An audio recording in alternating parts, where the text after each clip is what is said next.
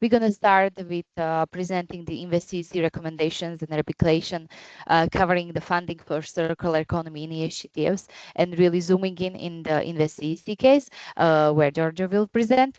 Then we're going to move to Elisa, presenting the HOOP lessons learned, covering the regulatory considerations and the achievement of how a successful project development assistance can be done.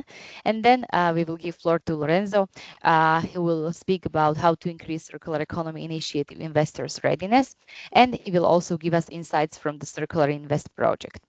So this is a brief overview of what is ahead of us, but I would like to just shortly present our speakers because Giorgio is starting. So Giorgio is an impact-driven project manager with over 3 years of experience in climate and innovation policy. He specializes in advocating for sustainable innovation in European NGOs, and the expertise combines the project management, research, technical writing with his academic background in European and international studies. And Giorgio is currently pursuing a degree in climate change and development at the School of Oriental and African Studies in London, while he contributes also to Horizon Europe projects such as Invest CEC for the green transition. So Giorgio, we are very happy to have you here, and Elisa and Lorenzo, I will give you floor for introducing you and your introductions when you start to speak. So yeah, I was 9 minutes long, but please go ahead, Giorgio. Thank you very much, Andrea. So I would like to share my screen. Can you see it now? Yes, we do. Okay. Okay, you see the overview, right? Just to yeah. Okay. Yes. Okay. So hello everyone. It's good to see people interested in our projects, Invest CEC, Cirular Invest, and HOOP, and specifically in the circular economy. So before starting, I just would like to give you a brief overview of what I'm going to present. So I will start presenting some general challenges for the circular economy transition. Then I'm going to move to the Invest CEC focus, what we are doing in terms of replication in other regions and cities, and then finally present our EU and local policy recommendations, followed by a short exercise, because we would like to gather some input from you, because we are very interested in your opinion when it comes to what you would like to see in EU policy when it comes to recommendations for the circular economy. So moving to the challenges. So when we talk about challenges for the circular economy transitions, of course, we have different kinds. Invest CEC focuses especially on markets and financial challenges and barriers, but we have technological barriers when we talk about the circular economy, especially for small and medium enterprises. Why? Because technologies for circular economy for small businesses might be too complex. They might not have the necessary funds to develop technologies for resource recovery, recycling, remanufacturing, or at least not at the level that would allow to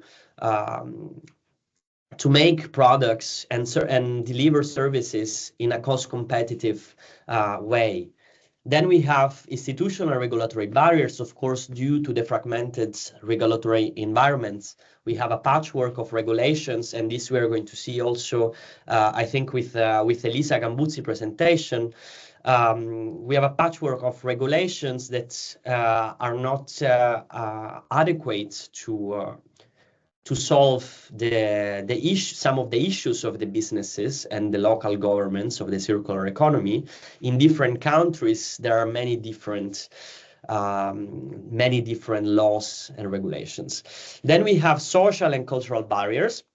Many businesses, as you probably know, are not fully aware of the benefits of the circular economy, and also consumers are still more inclined to linear forms of consumption, such as cheap and more disposable goods.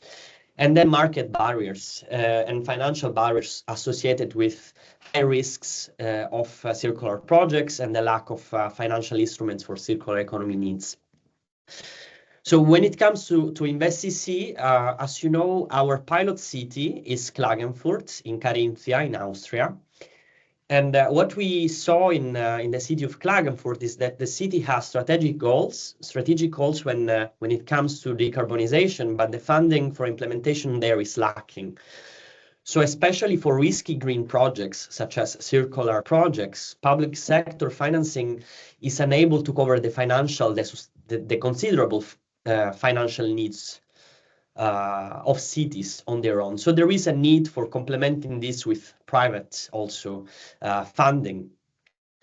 So what we're doing is try to fill a gap in this funding through the support that we're giving and trying to match the entrepreneurs that are interested in our project with the city and the public utility provider.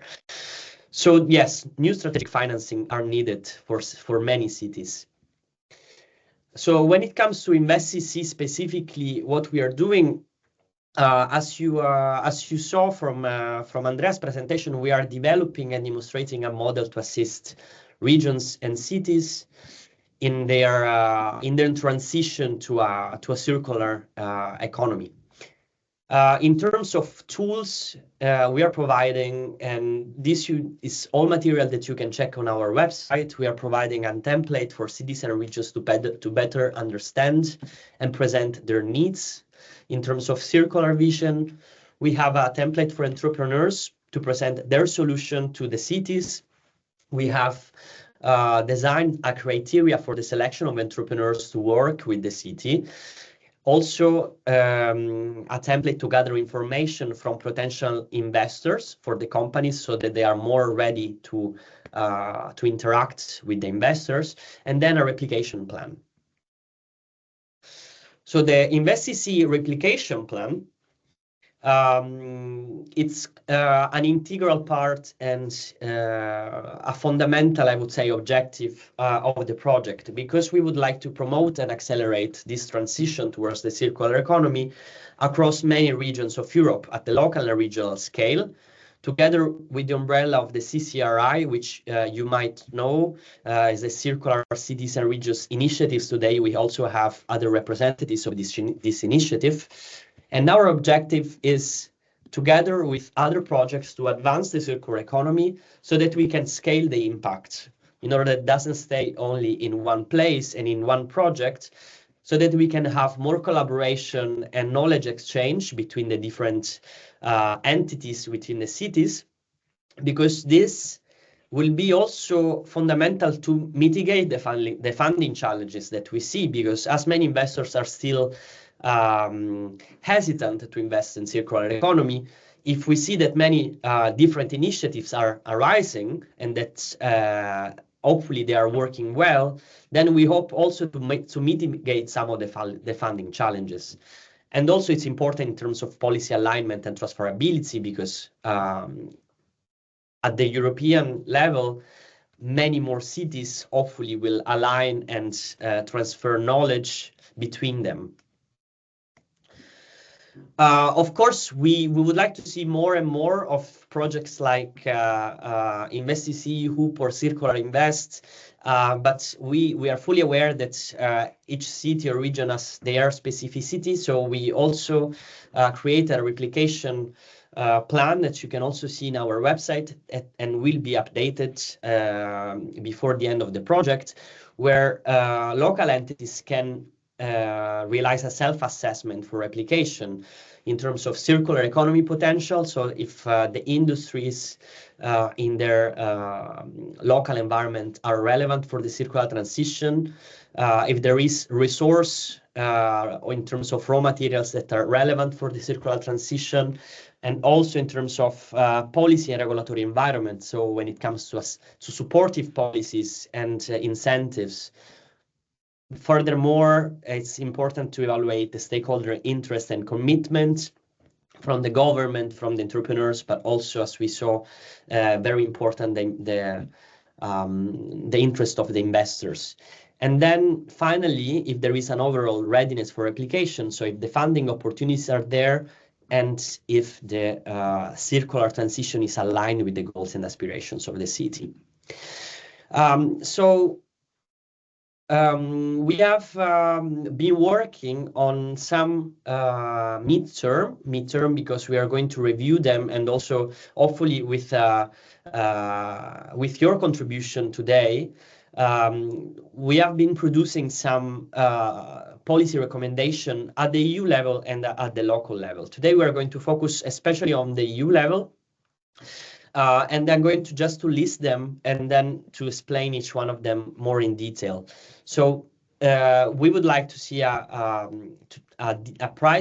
more pricing mechanism for externalities, to expand the scope of the EU circular economy taxonomy, to further develop circular economy indicators and labeling, and encourage the use of new evaluation tools for the circular economy, and finally, to communicate the non-environmental benefits of the circular economy.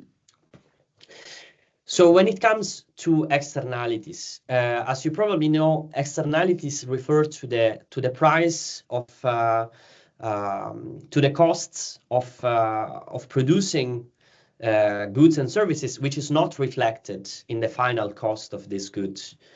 And the linear economy has potential negative externalities when it comes to resource depletion or environmental impact.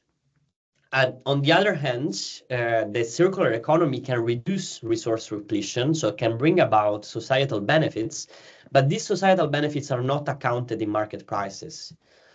So we would like to find a way, there is a need to find a way to internalize this cost, but externality pricing model is very complex and suffers from lack of data that is accurate and ready available. So what the public sector could do is to use specific subsidies and tax benefits to incentivize these circular economy practices, for example, by reducing VAT on reuse, repair, and remanufacturing activities. Talking about the EU circular economy taxonomy, we would like to expand the scope of this taxonomy. So the European Union produced a classification for company, both financial and non-financial, to share a common understanding of the economic activities that are important for the circular economy, and that have overall a positive environmental impact, in order to make investments in these sectors. And the first EU circular economy taxonomy focuses on 5 sectors and 21 economic activities. However, the circular economy is quite systemic because it includes different actors across sectors and complex value chains. So we would like to see a wider reaching taxonomy incorporating more economic sectors and recognizing the systemic nature of the circular economy, so that more investment can be directed towards these sectors. Further develop circular economy indicators and labeling. Why we would like to see more of this? Because investors, it's true that they are going towards more circular approaches. They're increasingly recognizing the importance of sustainability and circularity, but also they also prioritize financial risk management and profits. So these investors may remain hesitant to prioritize sustainability over other criteria, and they need guidance and information about the sustainability and profitability of circular products. So when identifying investment opportunities, investors should find key indicators that help them assess the potential of a company, of a project. So these are there, then the indicators are there, but we would like to see more research in this sense. Some indicators are more related to circular economy performance, so the environmental impacts of a company, and some others are regarding the added value of this company, because circular economy products can also produce added value. and profits. Encourage the use of new valuation tools for the circular economy. The current financial system is more tooled towards traditional linear economy, and tools such as financial risk assessment, valuation, and pricing tools are not able to reflect the benefits of circular businesses and products, because the circular economy is redefining the approach to value creation. So using these models may not be adequate for the circular economy. And what we need is non-market-based environmental asset valuation methods to integrate benefits into the valuations. One of these is the contingent valuation method, which consists in asking through a survey people how much they would like to pay for a good. And this way we could, in this way, we can have a more precise idea of how much is important the specific goods for the person. Also integrating some aspects that are not directly reflected in the price. So the externalities we were also talking before. Finally, to communicate the non-environmental benefits of the circular economy. So work has to be done to develop more the market for circular products, and we have to raise awareness of these benefits beyond the environmental angle, and talk about also the profitability and social that they are socially desirable. Sorry, so these products are socially desirable for many reasons, because, for example, people are able to sell, remanufacture goods at a lower price, so that's gaining some advantage. But these products can also create jobs in repair and new streams for companies. Here I listed some of this. So, for example, designing products for longevity and durability can create opportunities for companies to build positive reputation, and also to differentiate their brands. Companies can explore the business of manufacturing and refurbishing products at the end of the cycle, and also by designing products for easy disassembly and component reuse, companies can tap into secondary markets for spare parts. When it comes to Invest CEC learnings at the regional and local level, we saw that there is an increasing importance to take for local administrations to take the lead in supporting circular businesses, because these businesses are inherently local. At the same time, there is more need for support and coaching to circular economy entrepreneurs. As we saw, Invest CEC is also designing a model in this sense to support with investment readiness and to provide potential funding. And then last but not least, to promote more collaboration between the different stakeholders that might have distinct interests and objectives. So at this point, we would really like to hear some of you, and we would like to see which recommendations are more relevant to your experience in your city, region, or countries. So I provided a link that you can use. I can also put it in the chat.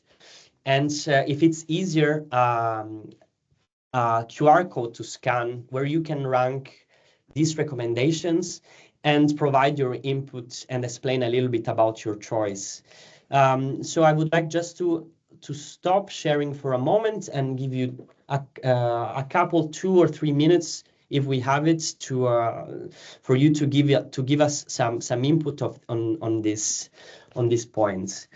So I would ask you if you can scan the code. Maybe to keep it, Giorgio, the presentation, if someone didn't have time, or maybe put the link in the chat. Yeah, maybe you can put the link in the chat. Yes, as you said. Yes, I will put the link in the chat. Yeah, perfect. Thank you.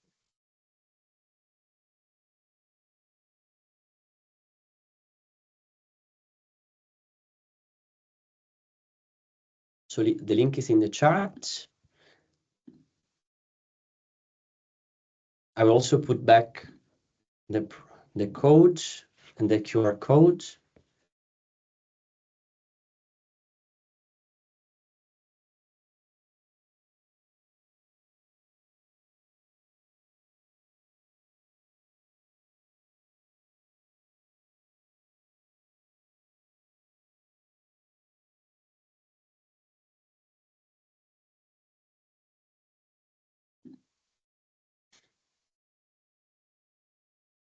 Okay, so I see that people are responding. We have 7 people so far.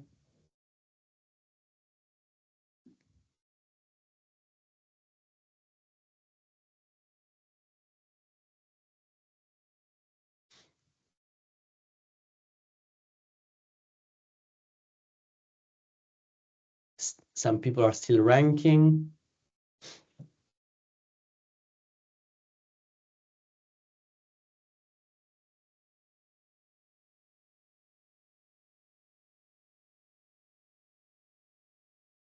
I will still give 1 minute to complete it.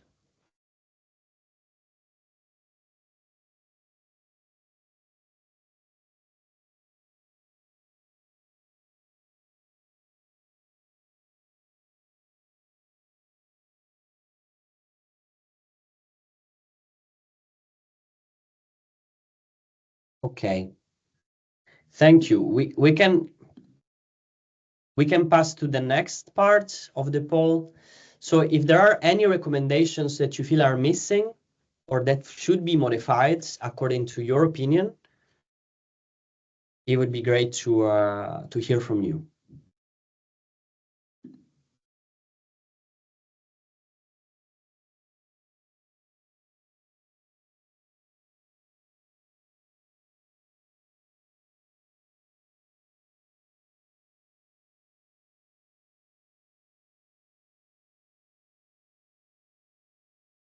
More recommendations to farmers. Okay, citizen trust in cities.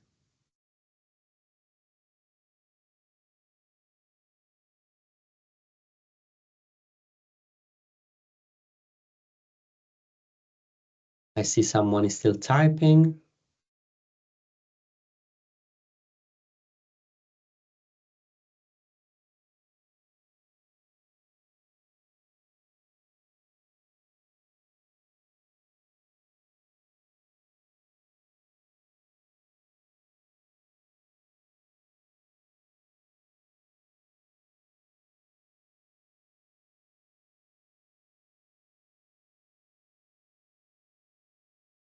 Drive research and development funds to scale from pilot to demo.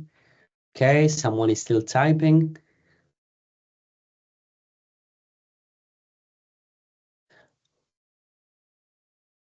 Okay, I will keep it open in any case.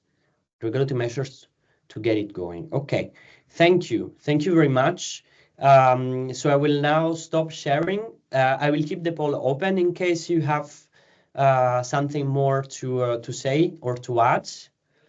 So thank you very much for the attention, and I will now give the floor back to Andrea.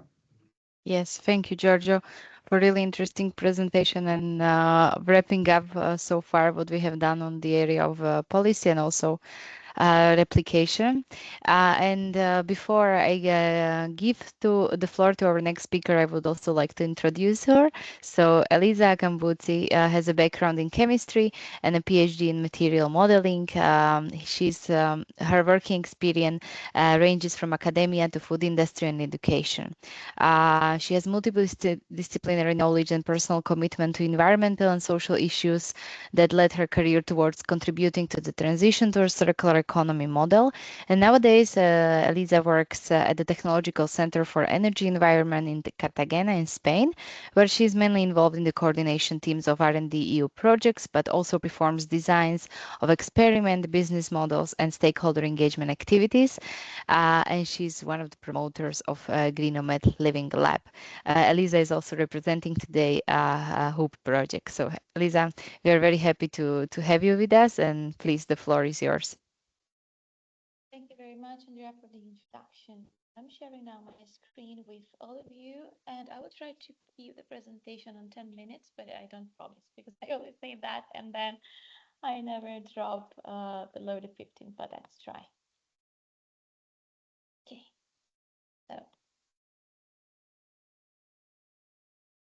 so I think that you should be able to see the cover of the presentation. So this presentation is about some lessons learned, especially on the regulatory side from the HOOP project that some of you already know it. It's the Pioneer PDA Project Development Assistance project that was funded under the Horizon 2020 program.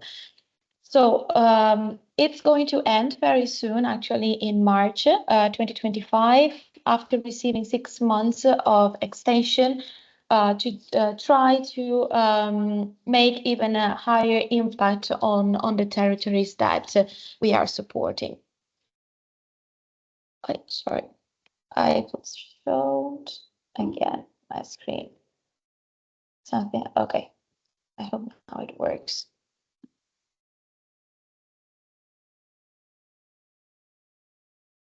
Okay, a few words about who we are. As Andrea said, we are located in Cartagena, which is a region in the southeast of Spain. We are a relatively small technology center. We are actually nowadays 30, so a little bit more than the people that you see in these pictures. And we have 4 departments, one for the energy, water, waste valorization, and the one I belong to that it's called circular systems that has more cross-cutting approach.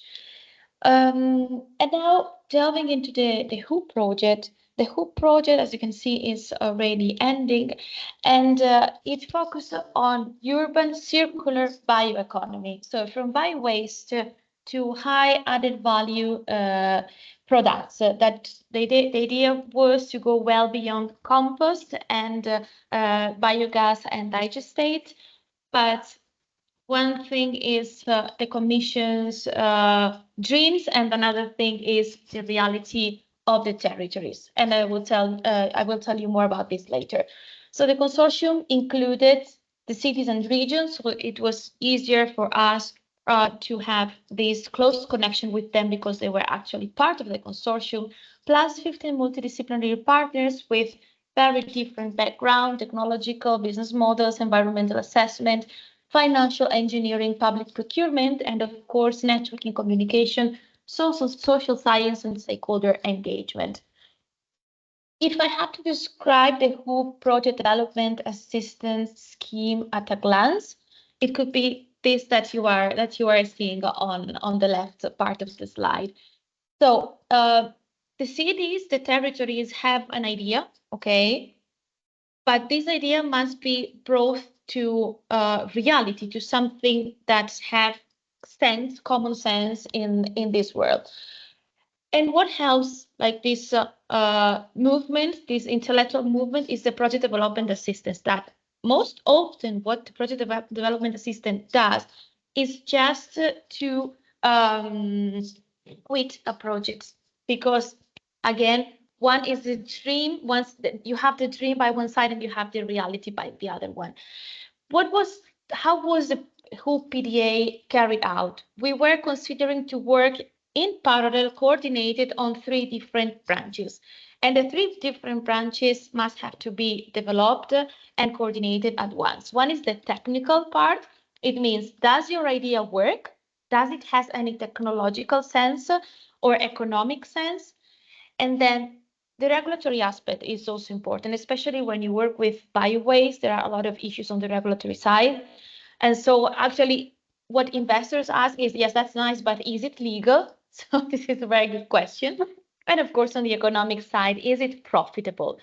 Thanks to this PDA approach, we could mobilize 114 million euros. Most of them were public fund and a little of them was private fund, because as Giorgio said before, there is a lot of concerns from the side of private investors to deal with circular economy projects. And this accounted for a leverage of 14 against the contribution that the Commission gave to the HOOP project.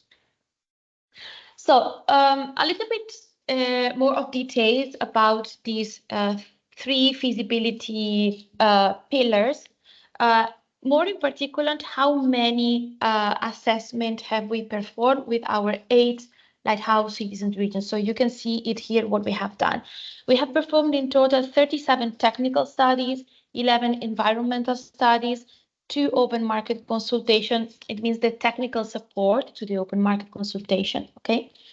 On the regulatory side, we celebrated 2 policy conferences and 15 regulatory assessments that were part also of the, let's say, technical documents to the project promoters. And on the economic side, we developed 15 tailored business models, and of course, we assisted the cities in looking for calls for funds, public fund, I mean, research and development, European and national funds. And we also put the project developers that were promoting those projects that were more close to the bankability with a board of investors, that is the HOOP Investors Board. Another very big part of the HOOP project, besides the tailor-made PDA to the lighthouses, was to bring all the knowledge to other territories across Europe. So this is why we have a network of nowadays more than 120 members. And we have developed a series of self-assessment tools and knowledge database that everyone can check out. And some of the features are available only for the cities and regions belonging to the HOOP network. But still, you can have a look at the HOOP Hub. I haven't put the link here, but it's easy. You just Google HOOP Hub and you get it.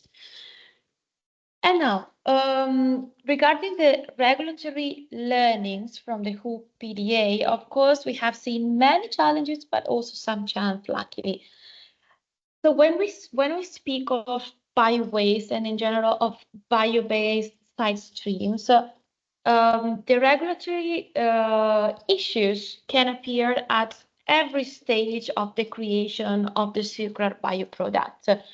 First of all, the feedstock. You have to consider the feedstock, how is it produced, because it's not the same if you have like food waste from an industry or food waste from household kitchens and restaurants.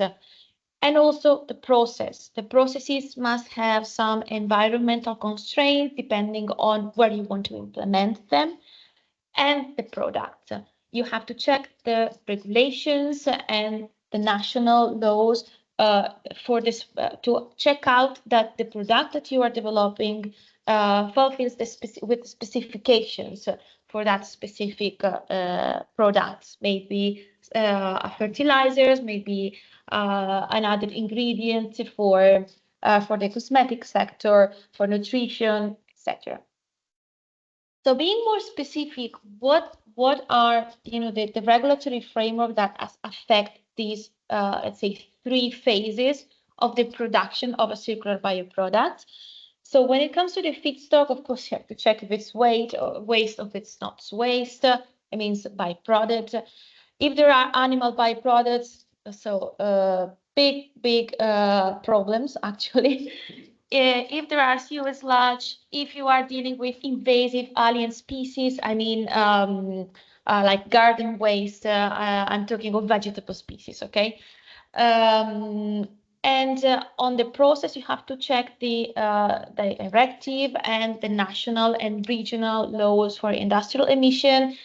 If you want to look for private investors, check that your process is fulfilling with the criteria of some EU taxonomy category.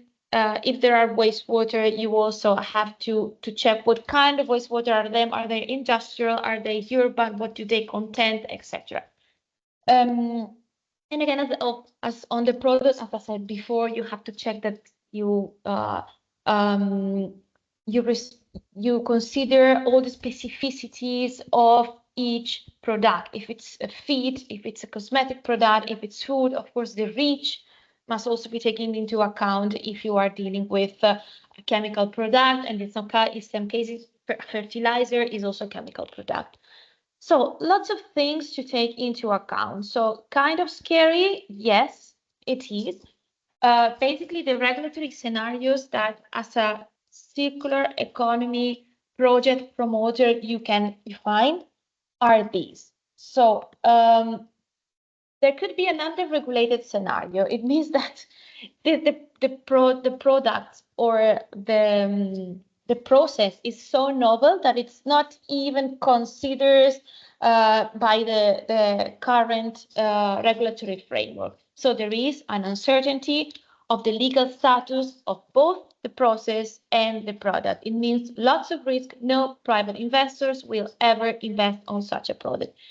The same happens on overregulated. If there are a lot of burdens and a lot of difficulties in commercializing a product because of, in many cases, nonsense of different regulations that are in conflict with each other and not coordinated, again, it is a risk for the investors and they will not invest in such a product. What happens in the best cases is that everything is regulated. It's the case basically of circular fertilizers. Most of them are now regulated thanks to many amendments that have been done to the fertilizers regulation. Issued for the first time in 1920. I'm not wrong. I have to check later. I can write in the chat. And so in this case, the regulatory framework is favorable and the project is perceived as feasible. So you have more chances to have private funds. What happens if your product and process are in the other two scenarios? Well, go directly for public funds. There is chance to get them, especially research and development funds. So the takeaway messages for project promoters in this case, that can be either a city council, a regional council, or an enterprise located in a certain area. So these are the main takeaway messages for you. First of all, you have to request a multi-topic coordinated technical PDA previous to the financial one, because what we have seen discussing with other PDA projects is that when the PDA involves only the financial and the economic parts, it really doesn't work well. Basically, because investors want to know, does it work? Is it legal? Before knowing how much can I gain for it. Because if you reply no to the first two questions, automatically the third question is €0. Okay. Consider again the regulatory burdens. It's especially in terms of circular bioeconomy, the animal byproduct regulation is really a big issue. Many times nonsense. For example, in the case of biochar, that, as you know, is produced from the pyrolysis process, that's at temperatures that are at least 300 or more. What kind of biological risk can you have in biochar? Zero. But still, you cannot sell biochar if it contains animal byproducts. So animal byproducts were biological risk was absolutely null by the process itself. This is just an example. Enable policies enables the circular value chain. This is what we have seen, of course, as an example, the fertilizer product regulation. If you are facing a regulatory barrier, you have to use results and data to support the change of policies. So this means join research and development projects on that topic.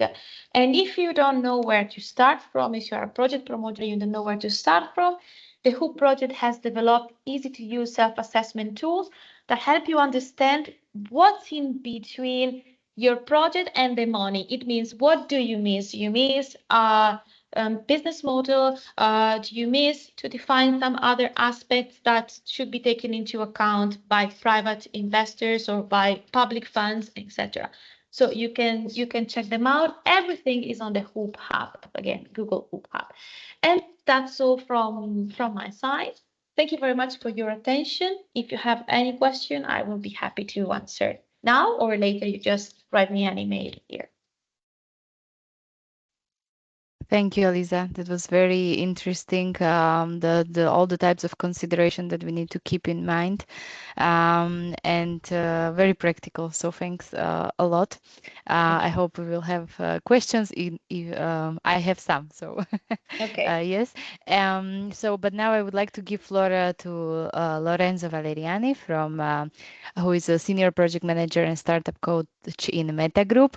Lorenzo, please go ahead and add some words about yourself if you want, and we can jump into the presentation.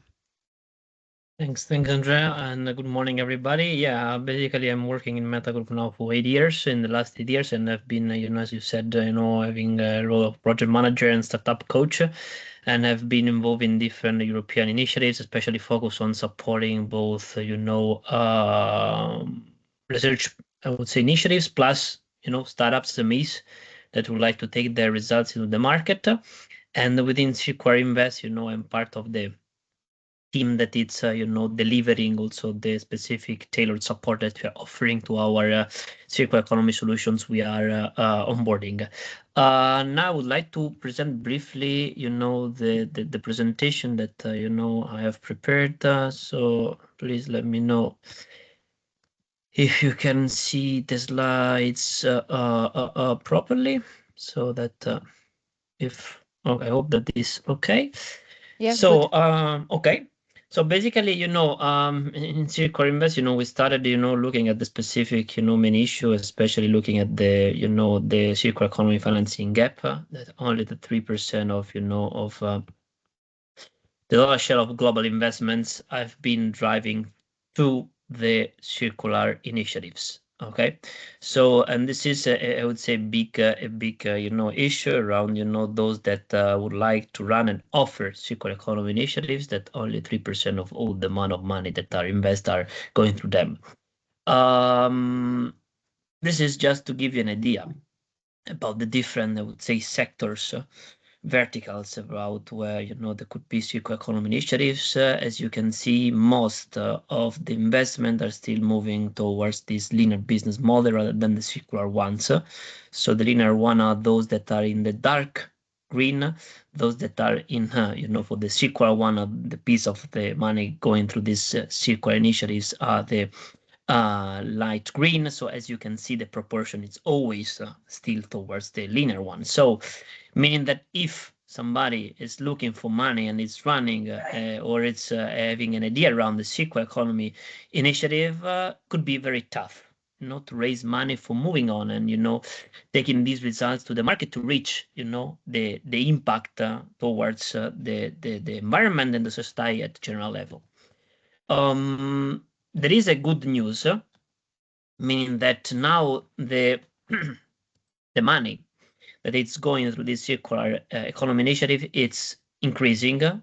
So between 2016 and 2020, this amount of money grew 10 times. So this means that also the investors, generally speaking, are looking more interesting around these kind of initiatives. Hopefully also through this, I would say regulation, it's pushing around the SGA, but, investors now looking more interesting around these kind of specific initiatives. Another hard truth I would say is that there is a specific gap. There is a specific gap around, the team or those that, are likely to run or launch circular economy initiatives. And this is something that it's, from a specific, a European Commission report around, improving access to to finance the circular economy initiatives, and especially the main gap that was identified in this report was around there is a lack of researchers that have the right expertise and skills that can take an idea, a circular economy idea, to the market, to the ground. So, and this is something that within Cirular Invest we're trying to do, basically to, I would say, to try to bridge this gap. So helping local and regional economy projects that would like, to scale at European level, so to replicate their initiatives in different places, to be more investors ready, so that this kind of scalability, starting from a specific area and then to reach out other areas that are issuing the same, I would say, problems can benefit from these solutions that they are developing. The consortium behind the circular economy initiative is based on 4 different entities. There is, Innova Plus, which is a Portuguese consultancy company, which is, focusing on supporting startups, researchers in taking their results to the market. Also, Meta, which is the company I'm working for, is, a European advisory company that is focused always in supporting European initiatives, researchers, startups taking their results to the market. And then we have more I would say, those actors that are, more on the ground on the circularity, which are circular economy, which is, I would say, a worldwide, company, which is, having different branches at European level, but also, in other continents, which is focusing on, supporting startups, cities in taking this, revolution around the circular economy, and then ICLEI, which is supporting, us in reaching out, municipalities, regions that, can take, the benefits for having onboarding these kind of circular economy initiatives that we are supporting. So altogether, we are trying to bridge this big gap of, making these circular economy initiatives more investors ready.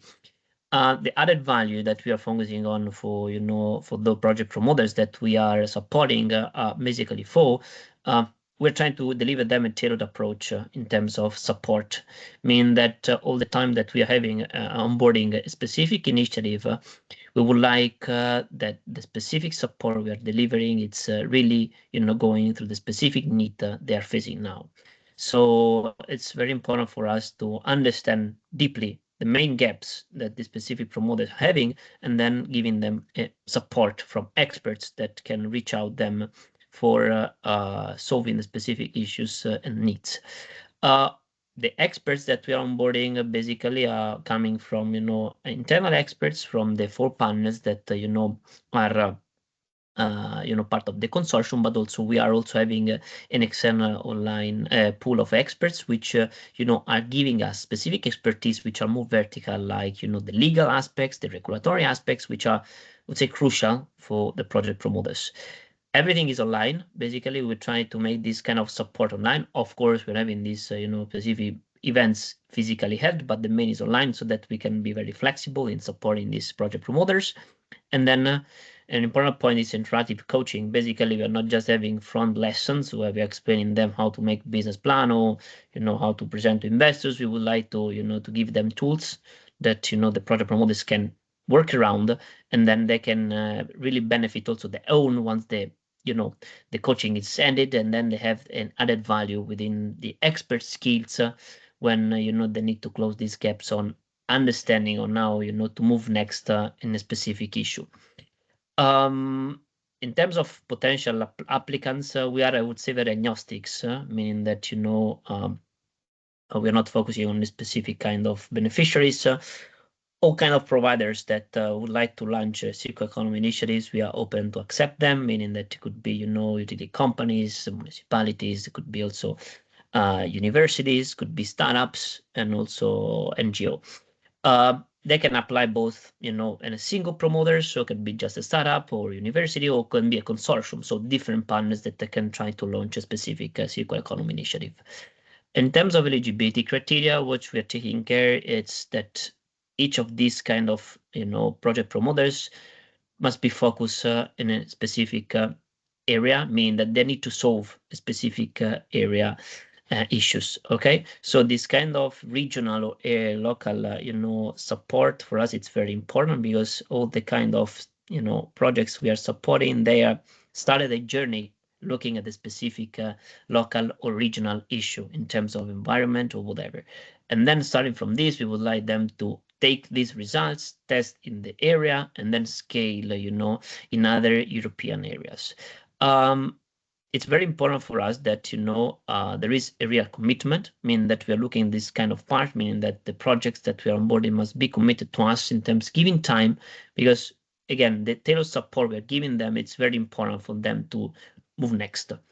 And of course, we're sector agnostic, meaning that we are not focused on a specific, area. We're not focused neither in a specific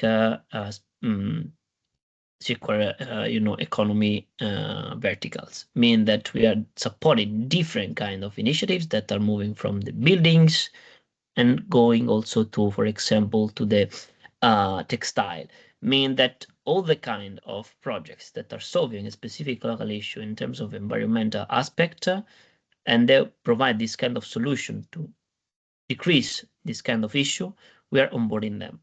So for us, it's very important that this kind of participants, project promoters, will be committed, because again, we are offering 3 different levels of support.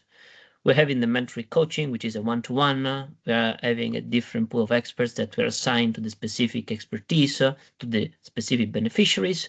And then we are delivering one-to-one session online. So solving different aspects around the specific issues. Then another important aspect is the peer-to-peer, meaning that, okay, we're trying to group these, initiatives that you're supporting, and then giving them the perspective of the other peers, meaning that presenting how other peers, that we are supporting solve the specific challenges in terms of business modeling, in terms of fundraising, so that we are giving the floor to different peers to stand up, said this is how we solve this specific issue, so that the other peers can take inspiration. Last but not least, networking, which is a very crucial aspect. We're trying also to give visibility, to offer our beneficiaries moment, where basically we are bringing them in front of investors, we're bringing them in front of municipalities, so that they can benefit from our support and making this kind of next step in terms of investment readiness and test, let's say, the main outcomes that hopefully we are generating through our support. 4 different services that we are focusing on, 4 areas of support in terms of coaching, the circularity optimization, which is again something very relevant for us, understanding about regulation, of the sector, understanding, if the specific KPIs, environmental KPIs have been reached. So all these kind of support that are very focused on, the circularity of the business model, analysis of it, onboarding of stakeholders, so a mapping of an analysis of who could be the stakeholders that are benefiting from the circular economy solution. So all the topics that are, around the optimization of the circularity. Then we have the business planning, supporting them in, having a clear understanding of the business planning, analyzing, maybe a specific understanding of who could be the adopters, the value proposition, all these kind of things that, aspects that are crucial also to the investment readiness improvement. Fundraising, helping them to understand who are the right interlocutors in terms of financial stakeholders that they need to reach out. This is an important aspect that, in the next slides in the learnings we would like to outline.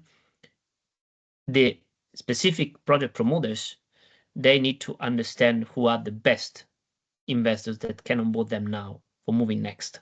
Because otherwise, a lot of times it happens that, these kind of investors or the project promoters are talking to a lot of investors, which are 80% of the time, not the right one for them. So it's very important that we're making this exercise. Where are you? Which is the kind of best financial stakeholder you need to interact now. Last but not least, legal and regulation.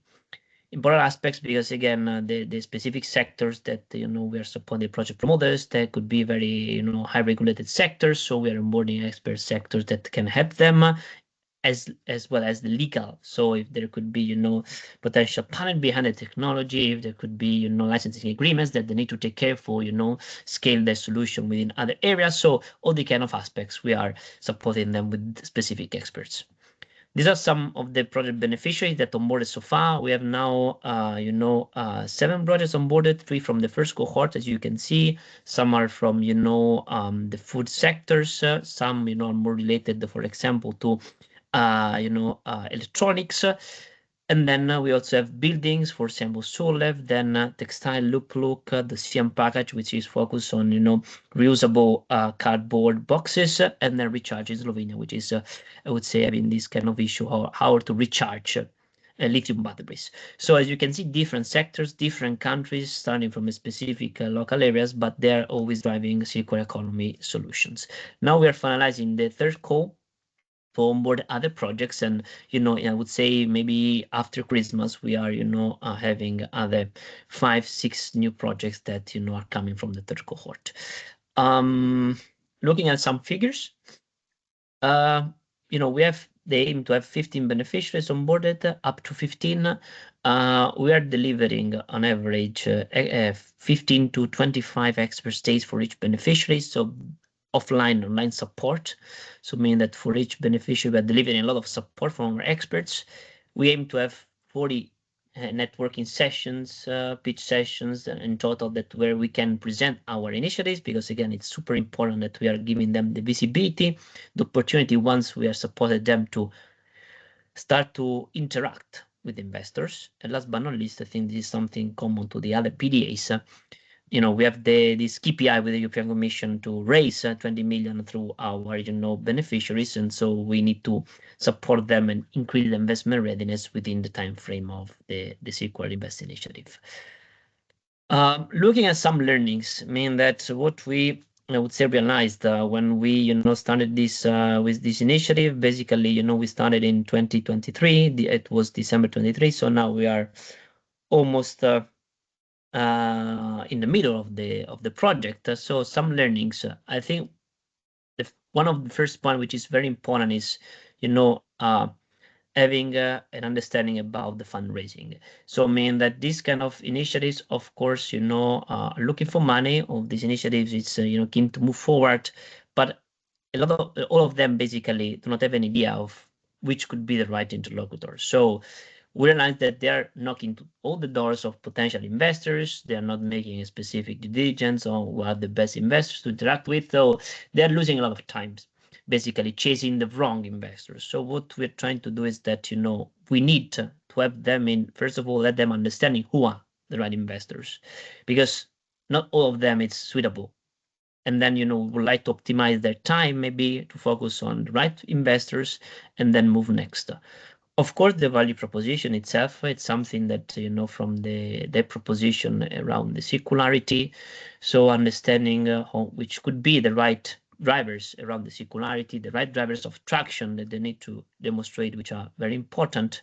So another aspect that we are trying a lot with them is pushing them to interact with potential customers, early adopters, to show that the specific solutions that are driving into the market, are having a fit.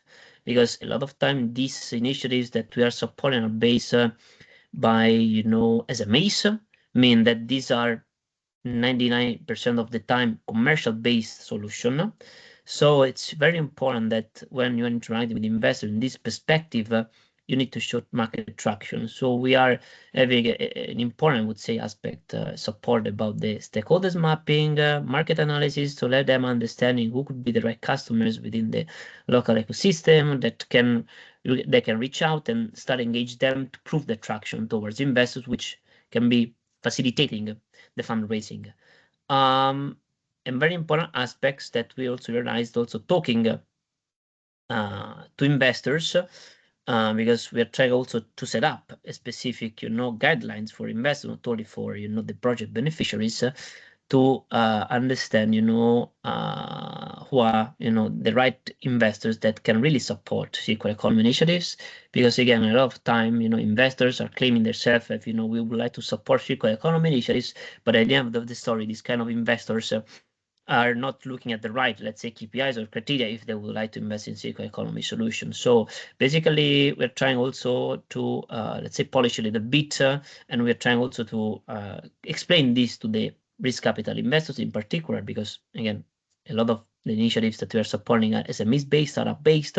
So we said that it's important that if investors need to be claimed as, supporting specific circular economy initiatives, they need to look at specific criteria, and a lot of times they are not looking for them, meaning that they would like just to have the capital back maybe in 5 years, 4 years of time, as they can be digital solution, but a lot of times they're implying different kind, of a more resilient capital. So that's why also we are having these kind of interlocutions with the investors to, have, I would say, the right labeling when they are claiming to the market that we are investors that are supporting circular economy initiatives.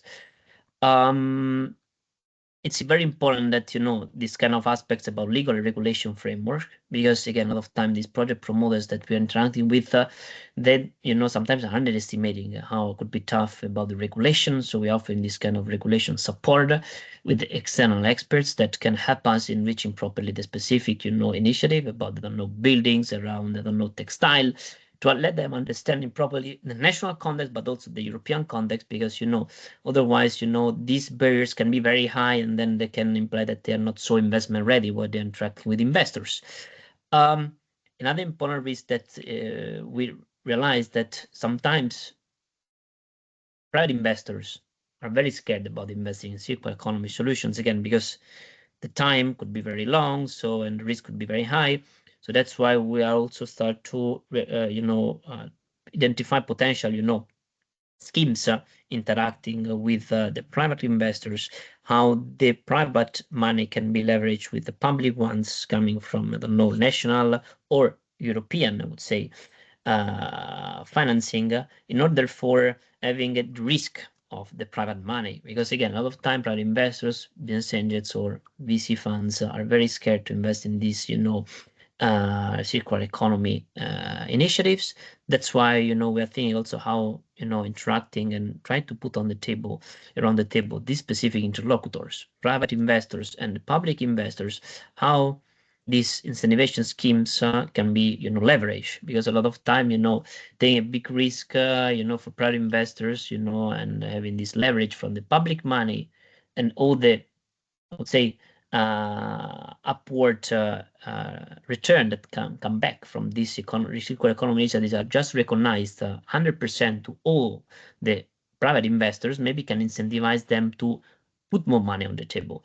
So we are trying to see how the different interests for both private and public and private investors can be aligned in order for having the private investors more inclined to put money on the table. Another important aspect is the procurement. So interacting with the municipalities or those that are involved in benefiting from these circular solutions, because again, municipalities are pretty potentially beneficiaries of all these solutions that we are supporting. Very important is that the circular procurement, when it's done at municipality level, sometimes the criteria or the selection methodology are very focused on not supporting, let's say, startups or little SMEs, but they are more focused on having criteria that are more prone to be engaged with I don't know, big corporates or whatever. So if and we realize that a lot of these circular economy solutions are driven by startups or SMEs with maybe which do not have a specific track record in terms of revenues or whatever.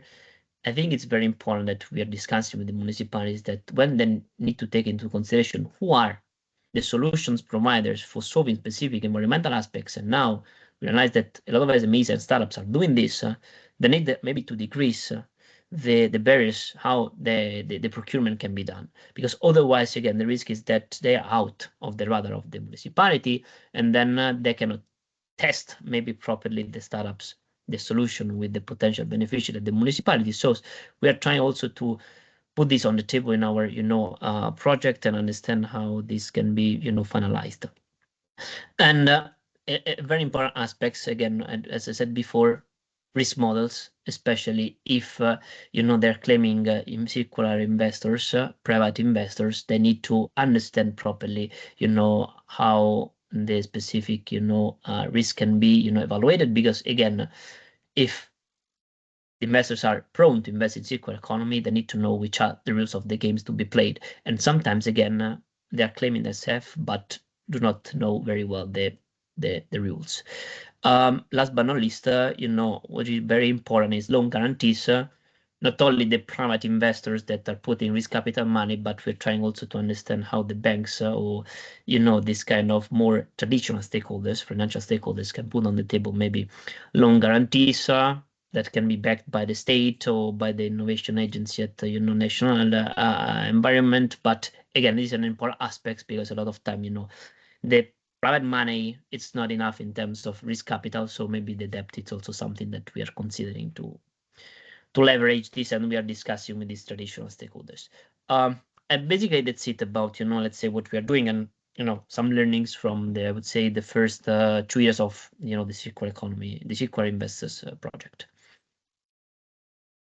Thank you very much, Lorenzo. That was very interesting, and I do see that maybe Giorgio in the future will also have some conversations with you when it comes to policy recommendations, since there is a lot to discuss, and the pathway of the project is very close. But I would like to thank all of our speakers and open the floor for a discussion. So if anyone wants to raise hand and open the camera and ask, so now is the floor. Also, if a bit more shyer, please go ahead and also ask in the chat. We would like to hear some questions from you as well.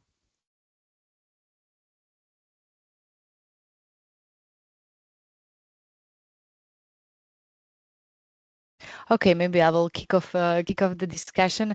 Give a bit of breath for Lorenzo and ask Elisa first. Elisa, you were presenting a lot of like cooperation exactly with 8 cities, if I'm not mistaken, and also different types of projects that were supported. So could you maybe help us to like just showcase some project where really that unlocking the investment was successful in case of hope for the inspiration? Yes. Okay, thank you, Andrea, for the question. Actually, I would like to bring the case of the city of Bergen in Norway. In our local partner, there was the waste management company there, and they have been pioneer in one approach that is like they themselves endorsed 2 startups that were starting to develop circular bioproducts. So there was a share in the risk and also in the capital, and this helped the startups to actually start working and scaling up. And thanks to the HOOP technical support, we provided them with the LCA, especially focusing on those indicators that are relevant for the EU taxonomy. And those LCAs that were kind of taxonomy focused, as you say, were very useful to them and helped them to raise both public and private funds. Actually, that was the example where most private funds capital we could get.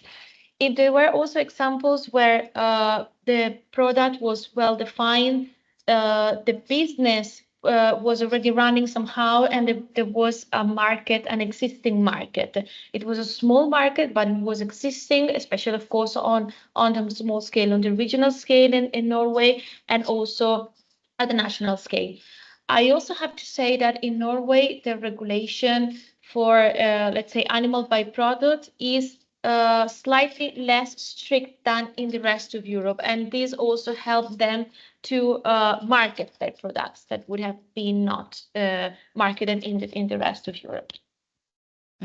Very interesting, and really that cooperation also. I would say that input from the public investment here is very important, and maybe it's a follow-up question with regards to the public investors also to Lorenzo.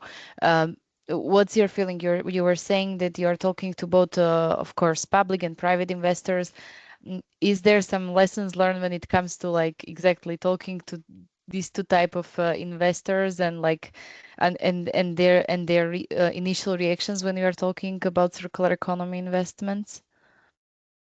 Well, I think that it's a matter to find the right interlocutors, because a lot of time, especially the private ones, you can find those that can be claimed as circular investors, and the perfectly understand, because they have the background maybe to launch already circular economy initiatives, because they have a background having a specific environmental engineers or whatever. So the team behind it's understanding properly, so they understand this, and also the kind of stakeholders, the limited partners they have behind understand this. But when you come to the public and you can go to the the standard policymaker, sometimes it's not easy, because for them maybe it's not easy to understand the risk capital, scheme, and more if you're putting on the table that the risk capital with the circular economy aspects, it's even more difficult, so that's why they're a little bit scared. But what we are trying to do is that to trying to find a way to how to align the interest, because at the end of the story now the European Commission, but also I would say all the municipality, but also all the countries at European level, they're focused on trying to invest public money in a circular economy solution. So that's why it's a good moment also to start to this interaction, because they're putting on the table money. So meaning that this money is already committed by, I don't know, whatever kind of concept note or regulation that they are deciding every year. So the thing is that how to align the interest now, because again, risk capital investors are saying, okay, we would like to have maybe all the upward money that we need to take. It's just 100% for us. The public and maybe can just be as a sort of not favor to that, but we're trying to how to align this interest, okay? Because at the end of the story, the public could be a sort of vehicle, while the private investors are also put on the table not only, let's say, the finance, but I would say what we define the smart money, meaning that they are, putting on the table expertise, they're putting on the table network for open to potential customers, they are putting on the table, whatever kind of things that they can provide to them. Meaning that the public could be the risk for the money, but I would say all the expertise should go through the risk capital investors. And again, this is just the context of a circular economy solution that is provided by a startup or SMEs. Of course, if there are different contexts, it's different, but we're trying to move our project in this perspective, because as I said, we have now all the projects that are providing these circular economy solutions coming from SME. So we are focused on this perspective, and we're trying to do all the best to make this context more favorable to them. Thank you very much. Yes, I really like also the idea of like doing a bit of exactly politics. Like now is the momentum, is that fuel that can somehow support that decision making process, because yeah, there is a lot there behind making the decision with this regard as well. Okay, do we have some other question? We are 5 minutes past time, but I still if anyone question. Please go ahead.